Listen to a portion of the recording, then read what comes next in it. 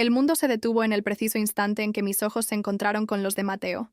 El murmullo de la conversación, la voz de Javier hablando de hipotecas y jardines, el tintineo de los cubiertos contra la porcelana, todo se desvaneció en un silencio abrumador y denso. Fue solo un segundo, quizás menos, pero en ese breve lapso, 7 años de una vida cuidadosamente construida se resquebrajaron como un cristal bajo presión. No hubo una sonrisa, ni un gesto, solo un reconocimiento crudo, una corriente eléctrica que nos atravesó a ambos por debajo de la mesa, un lenguaje secreto que nuestro cuerpo recordaba a la perfección. En su mirada no había nostalgia, sino una afirmación brutal. El tiempo no había pasado, y en la mía, el pánico de saber que tenía razón. Sentí cómo el calor subía por mi cuello, una traición silenciosa que ya había ocurrido sin que yo moviera un solo músculo.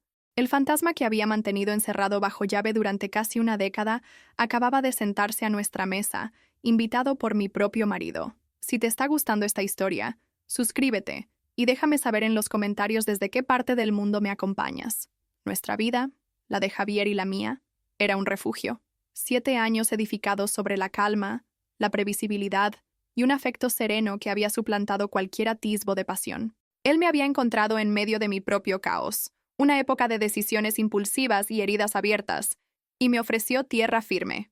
Nuestro apartamento en el corazón de la Ciudad de México era el símbolo de esa paz, ordenado, funcional, lleno de luz y de silencios cómodos. Los fines de semana compartíamos cenas con los mismos amigos, hablábamos de futuros posibles y dormíamos de espaldas, con la tranquila certeza de que el otro seguiría ahí por la mañana. Javier era mi ancla, el hombre que me había enseñado a respirar profundo en lugar de huir.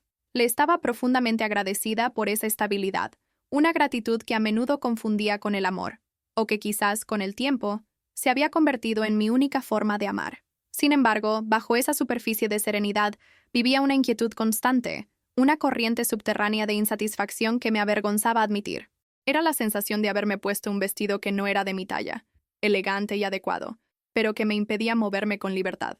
Había una parte vital de mí, la que amaba la incertidumbre y el vértigo, que había sido sedada en nombre de la paz. Me convencí a mí misma de que eso era la madurez, cambiar la intensidad por la seguridad, el fuego por el calor de un hogar. Pero en las noches de insomnio, la nostalgia de lo que creía haber perdido para siempre me asaltaba. No extrañaba a una persona, sino una versión de mí misma que se sentía plenamente viva, capaz de sentirlo todo, sin miedo a las consecuencias. Una mujer que Javier, con todo su amor bondadoso, nunca había llegado a conocer realmente. El regreso de Mateo fue anunciado por Javier con una alegría genuina, una emoción pura que me revolvió el estómago. «No sabes cuánto lo he extrañado. Tenemos que organizar una cena, aquí, en casa», dijo, y su entusiasmo era tan inocente que me sentí la peor de las traidoras. Para él, Mateo era su mejor amigo, su hermano, un vínculo forjado en la universidad y solidificado a lo largo de los años. Para mí, era un capítulo cerrado con violencia, un recuerdo guardado en una caja de la que había perdido la llave a propósito. Asentí, sonreí, ayudé a planear el menú, y cada acto se sentía como un paso más hacia el abismo. La noche de la cena, mientras me vestía, me miré al espejo y no me reconocí. Había una extraña mezcla de pavor y una anticipación casi adolescente, una dualidad que me hacía despreciarme profundamente. Estaba a punto de recibir en mi casa al hombre que me rompió y, a la vez, al único que había visto mi alma desnuda.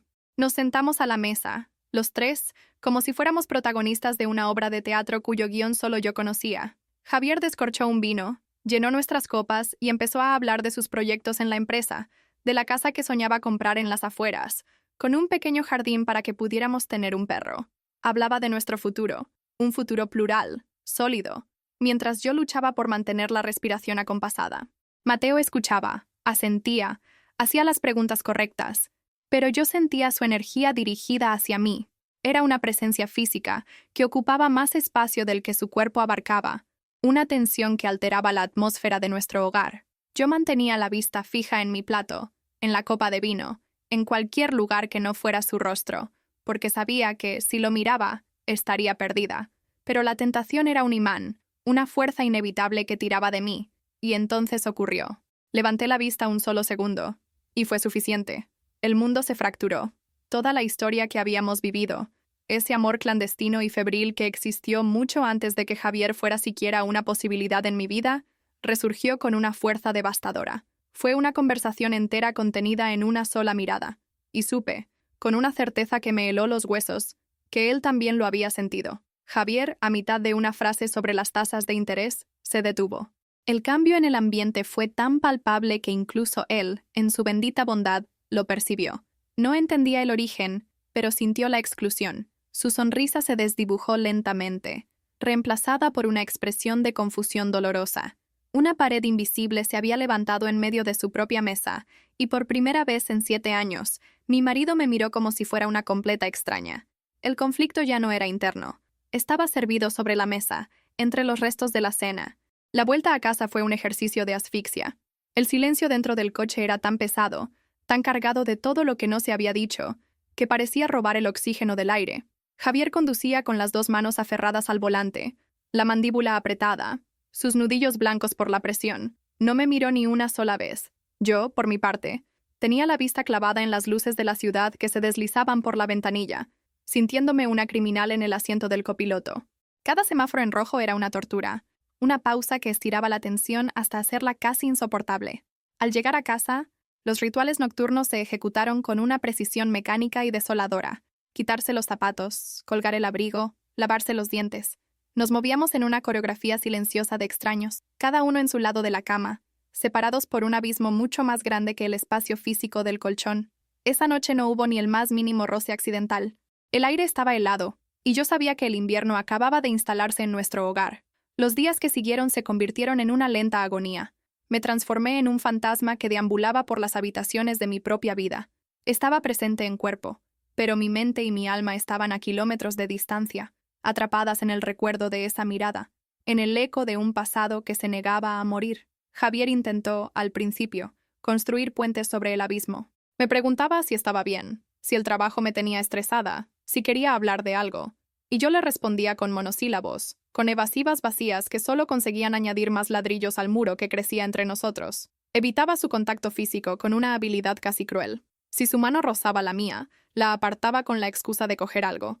Si intentaba abrazarme por la noche, me fingía dormida. Cada gesto de rechazo era una pequeña puñalada que le asestaba, y lo peor es que era consciente de ello. Nuestra casa, que siempre fue mi santuario de paz, se había convertido en una celda de aislamiento para 2. Mi tormento era un bucle infinito, una película que se repetía en mi cabeza sin cesar. El rostro de Mateo, la intensidad de su mirada, despertaban memorias que había enterrado bajo capas de rutina y gratitud. Recordaba la sensación de su piel, el riesgo de nuestros encuentros clandestinos, la vertiginosa sensación de estar haciendo algo prohibido, pero irresistiblemente vivo. Me odiaba por ello. Me odiaba por comparar la adrenalina de aquel amor febril con la plácida seguridad que Javier me ofrecía. Él me había dado un hogar, y yo estaba profanándolo con el fantasma de otro hombre. La culpa era una entidad física, una garra que me apretaba el pecho y me dificultaba la respiración. Me miraba al espejo y veía a una impostora, una mujer que había aceptado un amor bueno y honesto, sin ser capaz de corresponderlo con la misma integridad. Estaba viviendo una mentira, y la verdad amenazaba con devorarme por dentro. Y entonces llegó el mensaje, una simple vibración del teléfono sobre la mesita de noche. Lo abrí con manos temblorosas, como si supiera que contenía una sentencia. Eran 4 palabras de Mateo. Nada ha cambiado, ¿verdad? No era una pregunta, era una afirmación, una daga lanzada con una precisión letal. Esas 4 palabras demolieron las frágiles defensas que había intentado levantar. Eran la validación de todo lo que sentí en aquella cena, y al mismo tiempo, la confirmación de mi traición. El texto era la prueba tangible de que el hilo invisible que me unía a él nunca se había roto, solo había estado enredado, esperando el momento oportuno para tensarse de nuevo. Me quedé mirando la pantalla, releyendo la frase una y otra vez, y cada lectura era como un clavo más en el ataúd de mi matrimonio. El caos que hasta entonces había sido interno, ahora tenía un epicentro fuera de mí, en un mensaje que ardía en la palma de mi mano. Javier, sin saber del mensaje, sintió la réplica del terremoto. Dejó de intentar cruzar el abismo y empezó a construir su propia fortaleza. Su mirada ya no era de confusión dolida, sino de una sospecha fría y distante. Lo veía observarme de reojo cuando yo miraba el móvil, su rostro una máscara de contención. Empezó a llegar más tarde del trabajo, a buscar excusas para no cenar en casa, a sumergirse en el silencio de sus auriculares. Estaba creando su propia distancia, protegiéndose de la herida que yo, con mi ausencia emocional, le infligía cada día. Ya no éramos un equipo enfrentando un problema, éramos dos adversarios en una guerra fría, atrincherados en lados opuestos de un apartamento que se sentía cada vez más grande y más vacío. Su dolor se estaba transformando en algo más duro, en un resentimiento silencioso que envenenaba el poco aire que nos quedaba por respirar. La culpa se volvió insoportable. Ver el rostro de Javier, un hombre cuya única falta había sido amarme con una lealtad inquebrantable, y saber que yo era la causa de su metamorfosis en un extraño distante, me destrozaba. Intentaba racionalizar mis sentimientos. Me decía a mí misma que era una crisis pasajera, un espejismo de nostalgia provocado por un reencuentro inesperado. Me repetía como un mantra que amaba a Javier, que mi vida estaba con él. Pero las palabras sonaban huecas, desprovistas de la convicción que necesitaba para creerlas. La verdad era que una parte de mí se había despertado, y no sabía cómo volver a dormirla.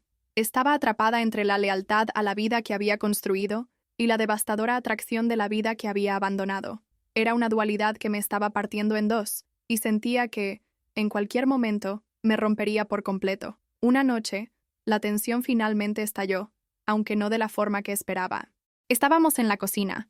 El único sonido era el del agua hirviendo para un té que ninguno de los dos quería. Javier se apoyó en la encimera, sin mirarme, y dijo con una voz carente de emoción: ¿Sabes qué es lo peor? Que ya ni siquiera sé quién eres. Es como vivir con el fantasma de mi esposa. Sus palabras tan calmadas y precisas me golpearon con la fuerza de un huracán. Las lágrimas brotaron sin control, un torrente de culpa, miedo y autodesprecio. Lloré, pero no confesé. En lugar de la verdad, le ofrecí una excusa miserable. Le hablé del estrés del trabajo, de la presión, de sentirme perdida. Era una verdad a medias, una cortina de humo para ocultar el incendio real, y en el fondo de mi ser, supe que mentirle en ese momento era una traición aún mayor que la inicial. Fue después de esa noche que tomé una decisión. No podía seguir viviendo así, ahogándome en mi propia mentira. Decidí que le contaría la verdad. O, mejor dicho, una versión de la verdad que yo pudiera controlar. Pasé horas ensayando el discurso en mi cabeza, seleccionando las palabras con el cuidado de un cirujano para minimizar el daño. Le diría que Mateo y yo habíamos tenido un romance breve. Hacía mucho tiempo, antes de que él y yo empezáramos. Le diría que no había significado nada, que verlo de nuevo solo me había removido recuerdos sin importancia. Quería que sonara insignificante, un detalle menor de un pasado lejano. No lo hacía por él, lo hacía por mí. Creía, en mi desesperación, que una confesión parcial podría aliviar el peso de mi conciencia, que un poco de honestidad podría ser suficiente para empezar a sanar. Qué equivocada estaba. Lo senté en el sofá, el mismo sofá donde habíamos visto cientos de películas, donde habíamos planeado nuestro futuro. El corazón me martillaba en el pecho con tanta fuerza que temía que pudiera oírlo. Con la voz temblorosa, le solté mi versión editada de la historia. Esperaba un estallido, gritos, reproches, quizás incluso que se levantara y se fuera. Pero Javier no hizo nada de eso. Me escuchó en un silencio absoluto, su rostro impenetrable, sus ojos fijos en un punto invisible de la pared. Cuando terminé de hablar, el silencio que se instaló fue el más aterrador que he experimentado en mi vida. Duró una eternidad, y entonces giró la cabeza lentamente y me miró. No había ira en sus ojos. Había algo mucho peor, una lástima profunda y devastadora. «Sofía», dijo, y su voz era apenas un susurro. Yo siempre lo he sabido. El suelo desapareció bajo mis pies. El aire se escapó de mis pulmones. ¿Cómo? ¿Cómo podía saberlo? Entonces, con una calma que me heló la sangre, me lo contó. Me habló de una tarde, al principio de nuestra relación, cuando buscaba un libro en mi antiguo apartamento, y encontró una pequeña caja de madera escondida en el fondo de un armario. Una caja llena de cartas. Mis cartas y las de Mateo. Las había leído todas. Conocía cada detalle de nuestra historia, la profundidad de nuestros sentimientos, la dolorosa forma en que todo había terminado. Sabía la magnitud del amor que yo había sentido por otro hombre mientras empezaba a enamorarme de él. Había descubierto mi mayor secreto hacía 7 años, y había decidido guardárselo, amarme a pesar de ello, y confiar en que el amor que estábamos construyendo sería, con el tiempo, más fuerte que los fantasmas. Y entonces vino el golpe final, el que me demolió por completo. Me confesó la verdadera razón por la que había insistido tanto en organizar esa cena. No era solo la alegría de volver a ver a su mejor amigo. Era una prueba para sí mismo. Después de tantos años, Quería sentarnos a los tres en la misma mesa para demostrarse que el pasado estaba finalmente muerto y enterrado. Quería mirarnos y no ver nada, no sentir nada. Quería confirmar que su amor había ganado la batalla. Solo quería sentir, por una vez, que me habías elegido a mí sin ninguna reserva, dijo, y por primera vez, su voz se quebró. Pero en el momento en que vuestras miradas se cruzaron, supe que había perdido. Sigo perdiendo después de 7 años. ¿Te está gustando esta historia? Deja un like y suscríbete al canal. Ahora continuamos con el vídeo. El universo que conocía se hizo añicos en ese instante. Cada recuerdo de los últimos 7 años se tiñó de una nueva luz, una luz horrible y a la vez esclarecedora. No había traicionado a un hombre ingenuo y confiado. Había traicionado a un hombre que conocía mi corazón roto, y aún así había apostado por mí. Un hombre que me había amado con los ojos bien abiertos, consciente de la sombra que se cernía sobre nosotros. La culpa que sentía por Mateo se evaporó, insignificante en comparación con la nueva y monstruosa culpa que sentía hacia Javier. No se trataba del fantasma de un amor pasado. Se trataba de 7 años de haber aceptado un amor incondicional sin haber estado a la altura, de haberle permitido construir un futuro sobre cimientos que yo sabía que eran frágiles. Había sido una cobarde, y mi cobardía había destrozado al hombre más bueno que había conocido. De repente, la crisis interna que me había consumido cambió de forma por completo. Mateo dejó de ser una opción, un anhelo, ¿y sí? Se convirtió en lo que siempre debió ser, un recuerdo. El verdadero conflicto no era entre dos hombres, sino entre la mujer que era y la mujer que debería haber sido. El problema era yo, mi incapacidad para entregarme por completo, para vivir en el presente sin mantener una puerta entornada al pasado. Había utilizado el amor seguro de Javier como un refugio, un lugar cómodo donde esconderme de mis propios miedos y de mi propia incapacidad para cerrar heridas. Me di cuenta de que nunca había tenido el valor de quemar los puentes con mi pasado.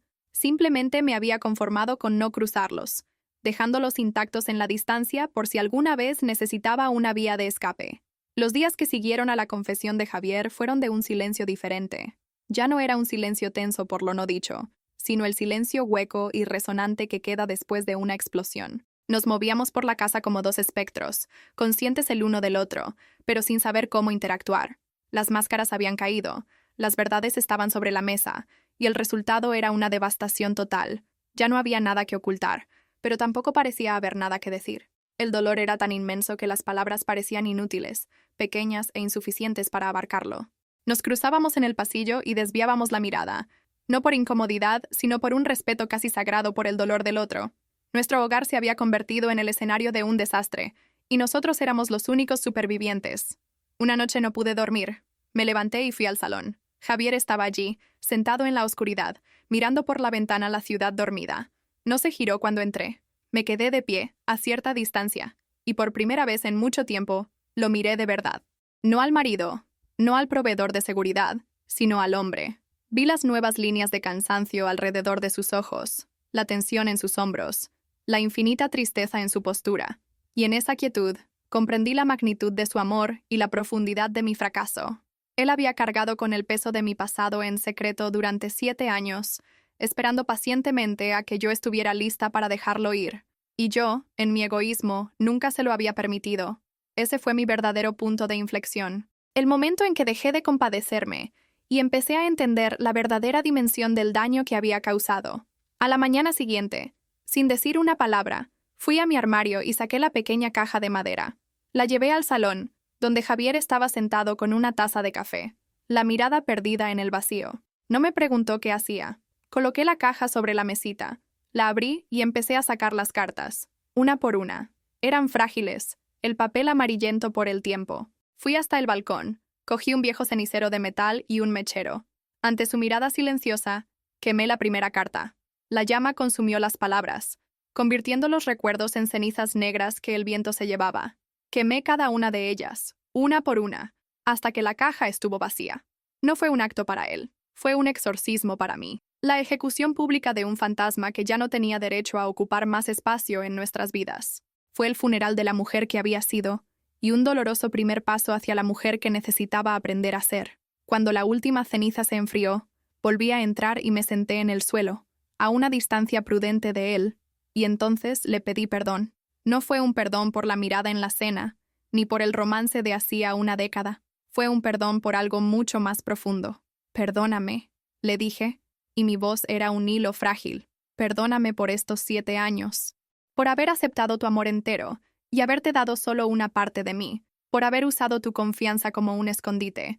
Perdóname por no haber sido la mujer valiente y honesta que tu amor inmenso merecía.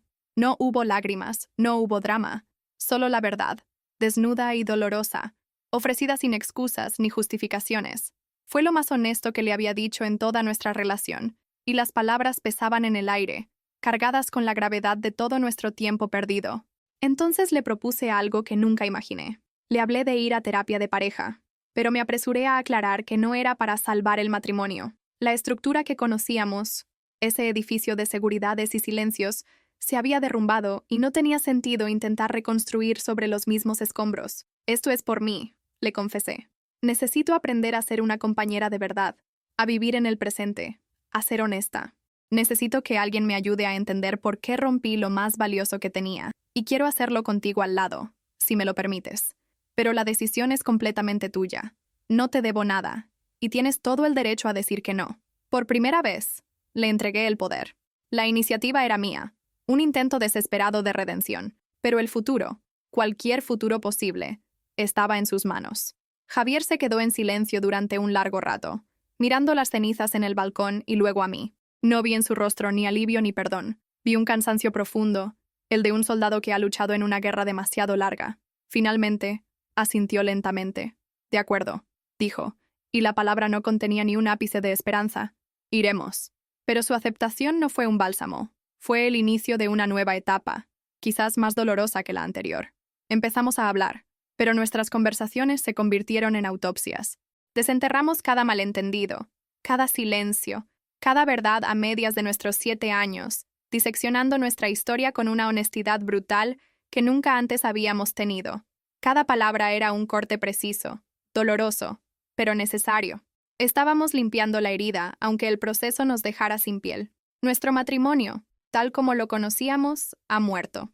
Ahora vivimos en el frágil y desolador espacio que queda después. No hay besos de buenos días, ni abrazos espontáneos. El contacto físico ha desaparecido, reemplazado por una cuidadosa distancia, como si ambos temiéramos que el más mínimo roce pudiera hacer que nos rompiéramos en 1000 pedazos. La confianza está destrozada, y no sabemos si algún día podrá reconstruirse. Pasamos las noches en la misma cama, pero a un océano de distancia, cada uno perdido en sus propios pensamientos, en sus propios dolores.